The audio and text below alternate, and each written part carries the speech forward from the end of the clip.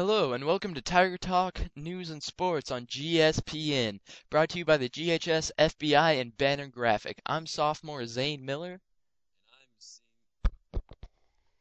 And I'm senior Nathan Eubank. Well, Greencastle finally finished all of their fall sports this past weekend, isn't that right, Zane? Yes, Nathan, that is correct. Even though the teams may have not made it to the state competition, they did come close, shattering many high school records along the way and setting the bar pretty high for next year. First team on our list, the girls volleyball. The girls managed to bump past the West Vigo Vikings last Thursday Clever. in the first round of the Edgewood sectionals, winning 3-1. The victory advanced the Lady Tiger Cubs into the second round of sectionals where they battled against Brown County and ultimately fell 3-0, ending their season with a 5-21 record. The volleyball team bids a fond farewell to seniors Candace Phillip, Kara Burt, and Erica Davies. Also competing in their sectional game, the GHS football team hosted the Class 3A number 1 ranked Bishop Chatard Trojans for the first round of sectional play last Friday. Largely outmanned and outsized, the Tiger Cubs had a rough start offensively with junior quarterback Nick Gillum throwing an interception on the first play of the game. The turnover gave the Trojans optimum field position and what looked to be a certain touchdown. The Tiger Cubs defense wouldn't give up that easily though and managed to hold the Trojans on the 2-yard line and force a turnover on downs. Hoping to cash in on the Trojans' failed conversion, the Tiger Cub offense took the field again, determined to score. 3 plays later, however, Gillum's pass intended for senior receiver Ryan Batten flew short and was picked off by a Trojan defender. Chatard would capitalize on the turnover and march down the field to score the first points of the game with 3 minutes and 10 seconds left in the first quarter. Despite their best efforts, the Tiger Cubs wouldn't be able to restrain the Trojans as they tacked on 16 more points, 2 off of a GHS safety before the end of the half. After the half, the Tiger Cubs, unrelentingly in their struggle for survival, improved their offensive strategy and focused on a more aerial attack, but in a futile attempt. The Trojans went on to... It's like futile like a futon, right? Futile. Futile. The Trojans went on to score an additional touchdown in the fourth quarter, making the final score Bishop Chatard 30, Greencastle 0. Bagel. The Trojans' ability to completely shut down the Tigers' running game proved to be the crucial blow that attributed to the Chatard victory as they held GHS to 7 rushing yards. Gillum finished 14 for 31 with 104 yards passing on the night. Despite their loss, the boys still had one of the best seasons GHS has seen in a long time. The varsity record of 7-3 and junior varsity record of 8-0 would make a combined record of 15-3 on the season. Individually, Gillum finished the season with 104 completions for 1,863 yards, while, no surprise here, senior Powerhouse Derek Linehan led the Tiger Cubs rushing game with 1,381 yards, averaging around 8 yards a carry. Senior Ryan Batten was also the team's leading receiver with 588 yards. Defensively, senior Stronghold Renegade Van Diver was the main force to be reckoned with 36 solo tackles, 31 assisted tackles, and 1 forced fumble, which he recovered, as well as 1 interception. Also noted junior Hayden Stuckwich finished with 7 interceptions and 2 forced and recovered fumbles, while junior Carter Lewis led the team in assisted tackles with 52. The football team will graduate seniors Nate Seacrest, Ben Hessler, Stronghold, Renegade Van Diver, Levi App, Powerhouse, Derek Linehan, Ryan Batten, Derek Williams, Chad Kite, Nick Hutchison, Ryan Pettit, Logan Garner, Nate Haynes, Michael Muncie, and Ethan Sillery. The GHS boys soccer team took a long bus ride. 3 hours there and back. Oh, okay. 6 hours total. 6 hours. A long bus ride down to Evansville this Saturday to take on the modern-day Wildcats in their first ever semi-state match. The game started off fast and furious with the Tiger Cubs possessing well and the future looked promising 5 minutes into the game when junior Evan Smith blasted a goal past the modern-day keeper. However, the Tiger Cubs were not able to ride this momentum and shortly after gave away a free kick in a threatening position which the Wildcats would score off of. The Tiger Cubs tried to rebound but were unsuccessful and gave up another free kick that the Wildcats would score off as well. For the remainder of the first half, the game was in the hands of the Wildcats, who would net another 3 goals, making the score 5-1 at halftime. Do Wildcats have hands? Or are they like paws? They're like paw feet. Like they're a cat, so they're like paws. So like the front ones are the hands, the back ones are the feet. All right. So anyway, with Mater Dei's Travis Weinemuller, who recently signed with North Carolina State, having a hat trick or scoring 3 goals in one match. The Tiger Cubs came out of halftime with one mindset: to come back and win the game. The defense was able to shut down Mater Dei offense, only allowing 1 goal in the second half. Late into the contest, the Tiger Cubs poured on the offensive pressure, and senior Mitchell Ball scored to cut the lead 6-2. As time was winding down, the Tiger Cubs got a threatening corner, and senior Sonny Basham scored his last header in a GHS uniform, diminishing the lead to 6-3, where it would remain until the clock struck 0.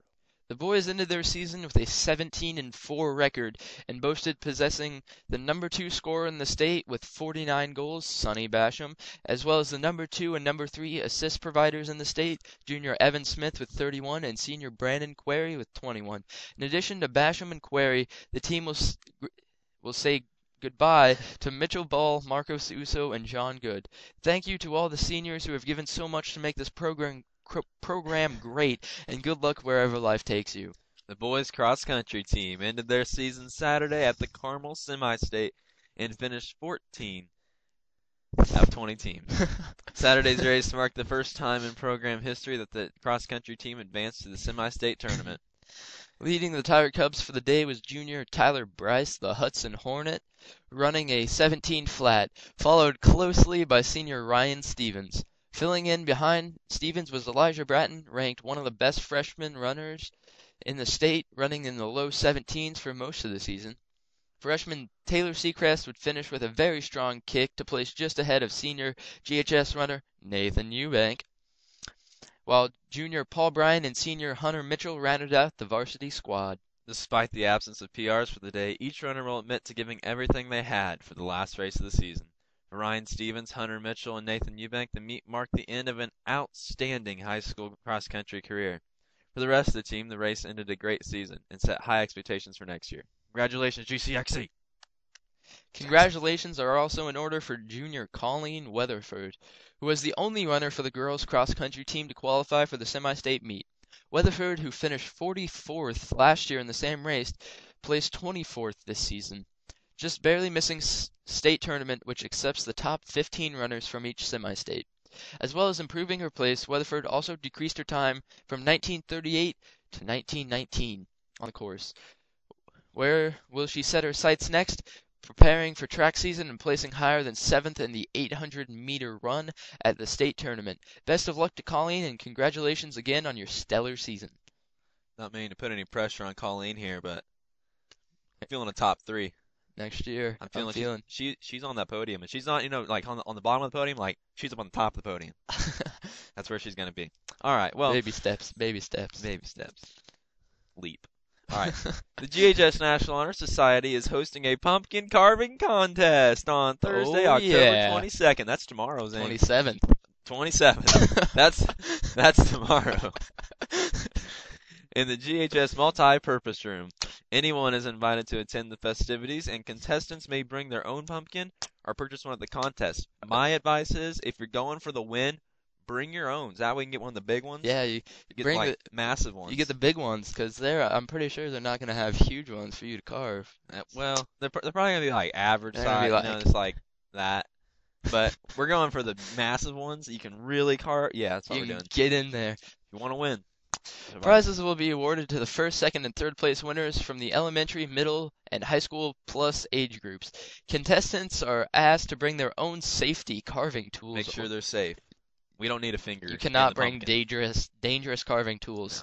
No. There will be a cover charge of $5 per family, and the contest is set to start at 6 p.m. in the GHS Multipurpose Room. What type of pumpkins do you like? I like pumpkin pie. Same here. Pumpkin pie. I don't see how people don't like pumpkin pie. It's like...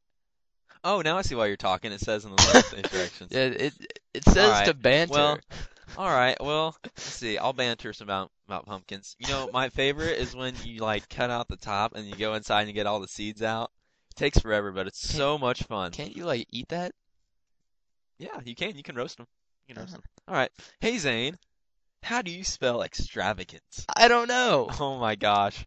All right. Well, obviously, you weren't a member of the GHS Spell Bowl team that competed last week in the regional competition that finished first. I was not. supposed to show emphasis on extravagantly. Actually, I actually am a member of the GHS sports team. How many meetings did you show up to? I showed Like up to two? about 3 of the 15. Chuckle. No, I wasn't. However, I did hear about it. This marks the first occurrence the wordsmiths have vanquished Cascade and are seated foremost in the state competition. The spellers will practice diligently until the tournament, which will be conducted on Saturday, November 12th at Purdue University. Are they really the wordsmiths? Like, No, they have a toilet bowl in oh. front of their shirt. Spell ball. Okay. Well, okay. In the spirit of Halloween, the bloodsuckers are coming to school tomorrow to take everyone's blood. I'll remember to bring my garlic and holy water. Oh, that's funny stuff. Chuckle. No, Zane. This time the vampires are staying home. The American Red Cross, however, will be at McAnally Center on Thursday. That's tomorrow, the 27th. Collecting all types of blood from 8 a.m. to 2:30 p.m. Wait, yes, 8 a.m. to 2:30 p.m. So if you're 16 or older, don't be a monster this Halloween season. Come donate and save a life. That's good. I actually am going to donate blood. Are you going to donate blood? I cannot. I am not 16. Okay. Well, that's it for it today. Thanks for tuning in to Tiger Talks News and Sports on GSPN, and don't stop believing. Stay classy, Greencastle. That's the way the cookie crumbles.